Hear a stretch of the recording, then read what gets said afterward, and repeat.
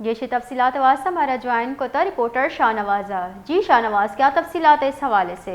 लांडी गुलाम मोहम्मद सोरंगी अल जैतून स्कूल के करीब एक घर में सिलेंडर ब्लास्ट का वाकया पेश आया है, जिसके नतीजे में दो अफराद, दो जो मर्द हैं बड़े, उनके जिस्म जले हैं और एक बच्चा है जख्मी हुए हैं चलकर। जराये के मुताबिक इनको अस्पताल मुंतकिल किया गया है। सोहराब है जो जख्मी हुए हैं, उनमें अफराद में एक सोहराब है, खैर अकबर है और बच्चा है जो वकास रहमान, जिसकी उम्र 13 साल बताई जा रही है। जी जी, बहुत बहुत शुक्रिया शाहनवाज तफसीलात से आगाह करने के लिए।